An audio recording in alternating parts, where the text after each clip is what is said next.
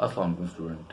आज हमारी वीडियो है class 10th English unit number 2 Chinese new year. इस वीडियो में मैं आपको complete translation word to word करवाऊंगा। साथ अगर कोई डिफ़िकल्ट कोई एक्सप्लेनेशन पैराग्राफ में ज़रूरत पड़ेगी तो मैं साथ साथ आपको वो भी करवाता जाऊंगा। तो चलिए वीडियो स्टार्ट करते हैं पैराग्राफ नंबर 1 से। Chinese New Year is holiday that celebrates the beginning of a new year according to the Chinese lunar calendar।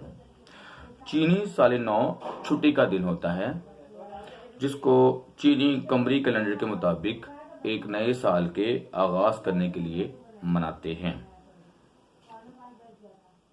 It is considered to be one of the most important holidays for Chinese family. It is considered, ये ख्याल किया जाता है, समझा जाता है, तस्वर किया जाता है, one of the most important, अहम में से एक, हॉलीडे छुट्टी for the Chinese family, Chinese के खानदान वालों के लिए। The holiday is celebrated with the big family gathering. ये त्यौहार खानदान को इकट्ठे करके मनाया जाता है। गिफ्ट गिविंग्स, तोहफे दिए जाते हैं। The eating of symbolic food, अलामती खाने खाए जाते हैं। And display of festive decorations, और घरों को मुज़य्यन किया जाता है। All focus on bring good luck for the new year, और उन सब का जो फोकस होता है, उन सब का जो यकसुई होती है, नजरिया यकसुई, वो ये होती है कि वो घर में खुशहाली आए। In China the lunar calendar is still use to determine traditional holiday. China के अंदर आज भी कमरी कैलेंडर नए त्योहारों के लिए इस्तेमाल होता है, लाइक चाइनीज न्यू ईयर, जैसे कि चीनियों का साल नौ। Since the lunar calendar is based on the phase of moon, अगरचे चांद के या कमरी कैलेंडर का ताल्लुक चांद के साथ होता है, with has a shorter cycle than the sun, जो गिनती के एतबार से सूरज के दिनों से कम होता है।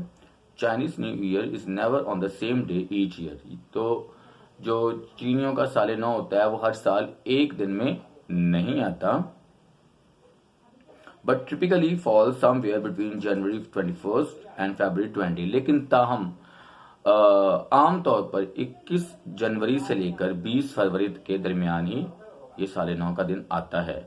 Celebration can be actually last up to a month, और ये तकरीबात जो है वो तकरीबन एक महीने तक जारी रहती हैं।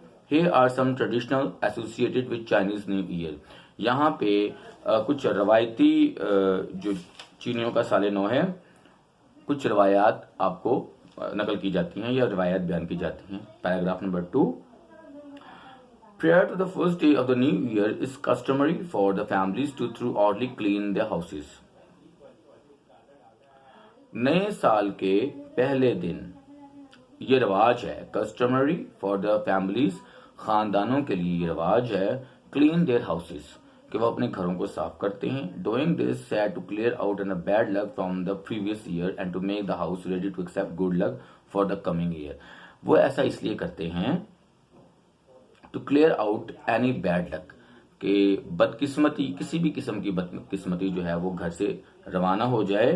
फ्रॉम प्रीवियस ईयर, पिछले साल की, सबका साल की जो बदकिस्मती है अगर, तो वो चली जाए। And to make the house ready to accept good luck, और घर को नए और खुशबख्ती के लिए तैयार करते हैं आने वाले साल के लिए।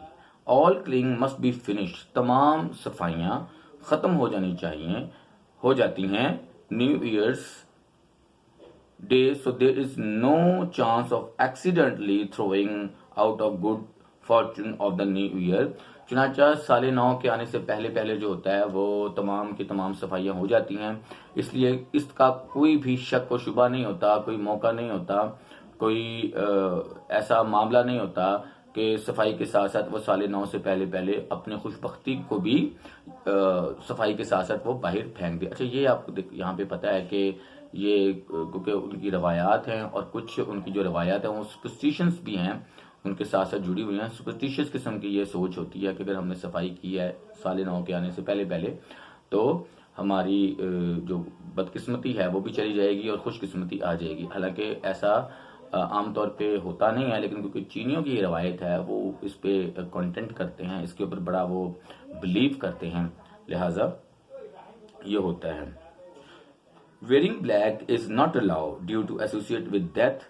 स्याह लिबास पहनने की इजाजत नहीं होती क्योंकि ये मौत की अलामत है। However wearing red is encouraging as the colour is associate with the warding of bad spirits. ताहम जो है वो सुर्ख रंग का लिबास वो इसलिए पहनते हैं कि इससे वो बदरूहों से उनकी जो है वो बचत हो जाती है।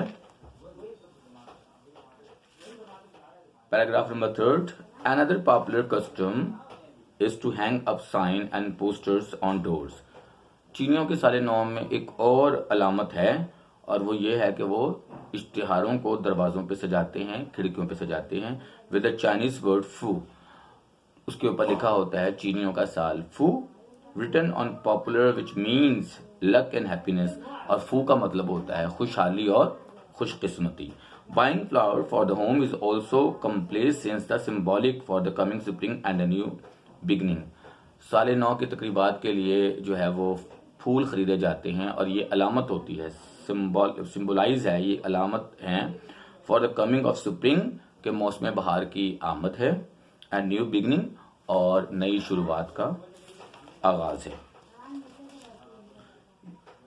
Paragraph number 4, on the eve of the Chinese new year. Eve कहते हैं किसी तकरीब की रात को, अगर ये कैपिटल के साथ लिखा जाए तो इसका मतलब अम्मा हुआ होता है। On the eve of Chinese new year, साले नौ के आगाज में, इट इज कस्टमरी, ये भी रवायत है, to visit relatives and partake in the large dinner, के वो रिश्तेदारों के घरों में जाते हैं और बड़ी दावत में हिस्सा लेते हैं। वे इस number of specific foods are served, जहां पे मुख्तलिफ किस्म के रवायती खाने पेश किए जाते हैं। It is typical for Chinese family, और ये चाइनीज फैमिली के लिए ये भी अलामत है, to make 8 to 9 dishes for new year's eve, कि वो 8 से 9 डिशेज जो है वो चाइना के न्यू साले नौ की तकरीब के लिए वो तैयार करते हैं। In Chinese language the word 8 means prosperity, क्योंकि चाइना की जुबान में 8 का मतलब खुशहाली, प्रॉस्पेरिटी होता है, and the word 9 means long lasting, और 9 का मतलब तवील मुद्दत तक रहना होता है। Paragraph number 5, it is traditional practical for adults to give children little red envelopes. It is traditional practice, ये एक रवायती मशक है या रवायती तौर पे एक दस्तूर है, फॉर अडल्ट्स, बालगों के लिए, जवानों के लिए, to give children little red envelopes, के वो बच्चों को छोटे सुर्ख लिफाफे देते हैं, फिल्ड विद मनी, उसमें पैसे होते हैं, रुपए होते हैं, in order to symbolize wealth, जो कि इस बात की अलामत है कि दौलत आए, प्रॉस्पेरिटी, खुशहाली, फॉर द कमिंग ईयर, आने वाले साल में। It is also common for elders to present red packets to unmarried members. ये भी एक अलामत है कि वो गैर शादीशुदा लोगों को सुर्ख रंग का पैकेट देते हैं, red to of the family. Envelopes are not be opened, और ये लिफाफे उस वक्त तक खोले नहीं जा सकते, until the recipient has left the home of the giver, जब तक के वसूल करना जो है वो देने वाले के घर से, यानी कि जिसने वो लिफाफा दिया है वो उसका घर ना छोड़ दे। Paragraph number 8, last one, every year is associate with one of the 12 animals of the Chinese zodiac. चीनियों के अकीदे के मुताबिक, ज़ोडिक अकीदे के मुताबिक, हर साल किसी जानवर के साथ वो मखसूस करते हैं।